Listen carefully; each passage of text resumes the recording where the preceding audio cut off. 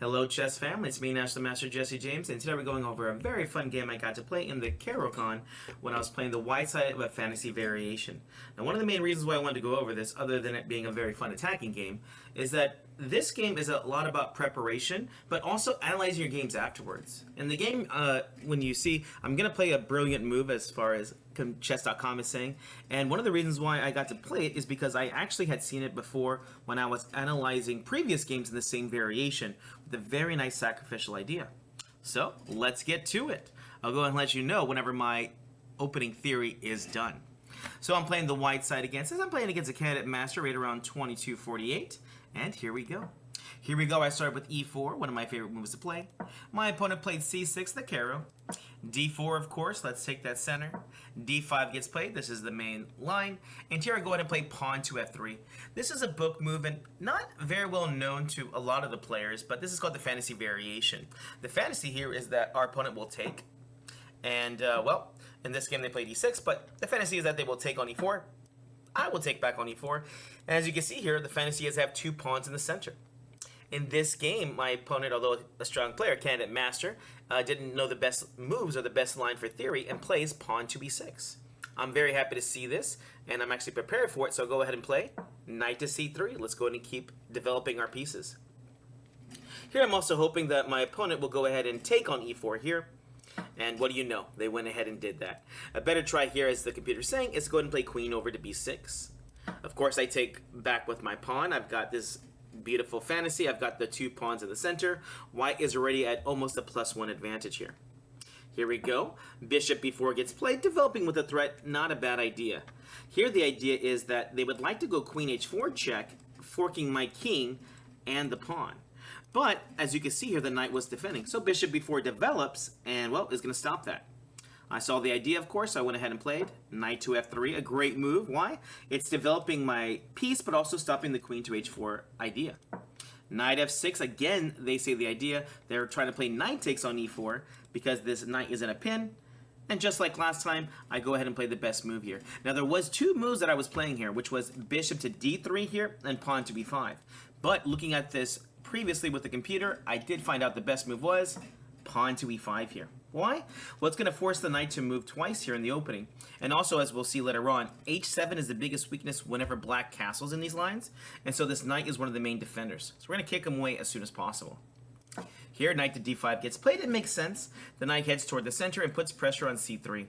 Here they're threatening to play knight takes, pawn takes, bishop takes check, forking my king and rook. Again, simple chess here. I don't need the computer, but I do know the best move here. We develop and defend. Bishop goes to d2. Here they take, not the best move here, as bishop takes just gives me the beautiful bishop pair, which I'm very happy about. And, well, yeah, this knight's not going to be there for long anyways. Pawn takes back, of course. Of course, if I take with the bishop, I'm going to lose my bishop pair. These double pawns are actually very good for me. My pawn chain is saying, hey, Jesse, you should attack king side, which I am going to do. And also, this pawn is just, well, it's looking great here with the pawn structure. The c pawn actually is not too bad. Sometimes they'll play like c5 and trade off. And if they ever do that, well, my other c pawn's ready to help guard. The other good thing about this double pawn here is now my rook has an open file, just in case I want to try to attack down the b file. Black continues with development. Knight to d7 here. Here, I want to develop my light square bishop next, since it's the next minor piece, and I went ahead and played the d3. I mean, of course, again, I mentioned already, h7 is the weak square, and this bishop can find no better diagonal than this one. Here, black plays c5. As I said earlier, that idea, black will try to attack the center by attacking the wing of it. So here, what their plan is to take, but as I said earlier, I actually have another c pawn ready to defend, so the pawn structure is perfect.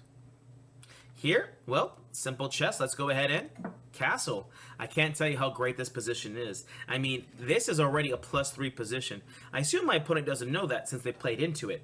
But here, I've already played this position so much, I don't even need the evaluation bar. I know that this is already a winning position, at least if I play correctly. Again, I'm still pretty much in my own private theory here. This is not mainline theory, which means this is the best way to play. But I played this so many times, and I know what humans play, not the computers play. So this I get to play quite a bit. Here my opponent takes, we'll just take back. And then my opponent played h6, which makes sense. I can't tell you how many games I've played where they've castled, and again, I've played this position so much, it doesn't take long. Bishop takes on h7, and here we get the Greek gift. King takes, knight to g5 check, and there's 4 moves here, but all 4 of them is going to give white the winning advantage. So my opponent at least knew this and played pawn h6, trying to stop it. And, well, let's continue. Here I go ahead and play king to h1. Now, this move is not the most accurate, but it's one I like to play. Sometimes there will be tactics with queen to b6 and knight takes e5 ideas. So here I've just learned to play king h1 and get out of these ideas altogether. And so my opponent went ahead and castled, and now I start the next part of my idea. Well, I want to do the kingside attack. Both bishops are aimed this way. My knight's ready to jump in. My rook's already there. The only piece I'm needing here is the queen. So here I have a standard maneuver, which I continued with e1. Here the queen has 2 great squares to move to. I can either go to e4, which will be great for h7 checkmate ideas, or I go to g3 for looking at attacking on g7 with bishop takes h6 ideas. Again, I've played this so much, I've pretty much done this all within seconds of playing this game. Here my opponent went ahead and played queen b6. As I mentioned earlier, this is a very standard move, and now the knight takes e5 ideas are mute, or they're not even there anymore. Again, the pawn really can't take in these variations as much because of the pin if the king was on g1, right? The pawn couldn't take. Mind you, this is guarded right now with the knight, but even then, later on, if you had played knight takes, well, the queen would take and check with the king on g1 here, and then there's ideas about taking the knight there. Again, I've already played this so much, I'm already ahead. Here I had to make the decision between queen e4 and g3. With prior experience, queen g3 has panned out a lot better. It's not that queen e4 is bad at all, it's just that here they can play actively with playing pawn to f5 here. And this is a decent way to play because even if I en passant here, the other knight takes here, and you can see that the knights have come into play. Is white better here? Yes. I still have a +2 advantage. They have created the weak diagonal, but the point here is that black has able to develop the pieces and bring them out. I don't want my opponents to get out of the counterplay at all. So here I play queen g3 with the simple idea of bishop takes on h6. I'm still in theory here from the stuff I usually play.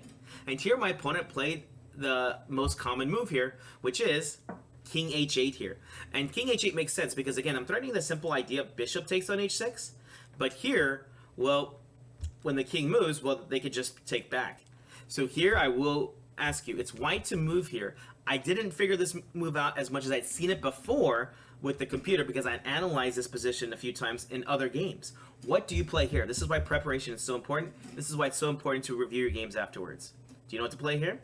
Here, I found with the computer, bishop takes on h6, a brilliant move. And I was so happy to find this, and it took me a while. I will say, I played this at least 2 times before here, that it didn't work out. With that being said, I played it, I don't even know, more than 10 times now, even against these strong players. These 2000s are masters, and yes, I've been winning the position each time. It's actually a +5 position. You have to analyze this and go over all the different lines, but one of the main ones, which is what happens typically, is they're going to go ahead and take. What happens here is that, well, the king really just can't make any progress. Now here I didn't know the force line win here as far as like memorization, but luckily for me, I'm a strong chess player. I've played enough chess to where I was able to figure it out over the board. So here I continue with a simple move, queen to h4. Simple threat, I'm threatening queen takes on h6 checkmate. It's kind of hard to defend this pawn. Black went ahead and played the king to g7. But like I said, I pieced the idea together. So at this point, I'm just playing regular chess here. Queen to g4 check, attacking the king. The king went back to h8, as the king can't go to h7, as well, you know, there's a bishop guarding the square. My queen jumps over to h5 here, and I put pressure on h6 again. And my king, the black king goes to g7 here. And here's where I found the second brilliant move, although at this point, this is all Jesse right here. I was very happy to find this. I think I had played this once before, but I didn't play the right move. I think I might have played something like knight h4 or something. If you want to, feel free to push pause. If you want to enjoy the show, here you go. Believe it or not, the winning move here was knight to g5, another winning idea. Here the idea is very simple. I'm putting pressure on f7 here. And I'd love to play queen h7 ideas, but of course this pawn's in the way. So here, there's just no good defense. I have too many ideas. And of course you're asking, well, can't they just take? They are more than welcome to take. In the game, black pretty much just resigned and played queen takes d4, which is just losing. I mean, there's a few different moves that black can try here. Again, they're all going to be losing. The simplest way to lose is to play h takes g5, as this walks into mate here. Queen to h7 is a check and a mate, right? So they can't even take the knight there. It looks like they're attacking it, but they are not. Is there any other moves you could play here? I guess another try you might try is maybe pawn to f6 or to f5. But if you do try these kind of moves, it's not going to take too long to go ahead and en passant here. It's typically a rule here because you always want to open up the diagonal. And as you can see now we have queen to g6 check ideas. Let's go ahead and say they played knight takes on f6 here. Queen to g6 check. King back to h8. And then here we just have the forced mate, queen h6 check. They can't, I mean, they're more than welcome to bring the knight back, but I'll just take, so they're going to have to play king to g8, and here's the winning idea. The bishop goes to h7 check here. This is so beautiful. King h8, and now queen takes on f8, and that's just going to be game over after knight g8, queen to g8. The game actually finished like this, though. After knight to g5, they played queen takes d4. Again, just a losing move. I had rook takes on f7 check. King to h8, I mean, they're more than welcome to take. After queen check, king h8, queen h7 is going to be a mate, which is pretty much what happens in the game. They went ahead and played king h8, and then I went ahead and played queen h6, which will either lead to checkmate on h7 or g7. Alright guys, hope you enjoyed this. Again, this was the idea of actually reviewing your games and learning your lines. Don't just learn the lines that the computer or the book is saying. Learn the lines that people actually play, right? Like I said, this is not the best way for black to play with this bishop before. This kind of transposed into other lines that I played, but by playing this so much and knowing what humans are playing against us, again, not the computers, I don't play computers for fun, you're able to find out these very beautiful positions where you have lots of potential, and you're going to be able to find these beautiful sacrifices that, well, maybe you won't understand at first, but after playing it a few times, you'll get to play it in your own game. Alright guys, hope you enjoyed this. We'll see you in the next video.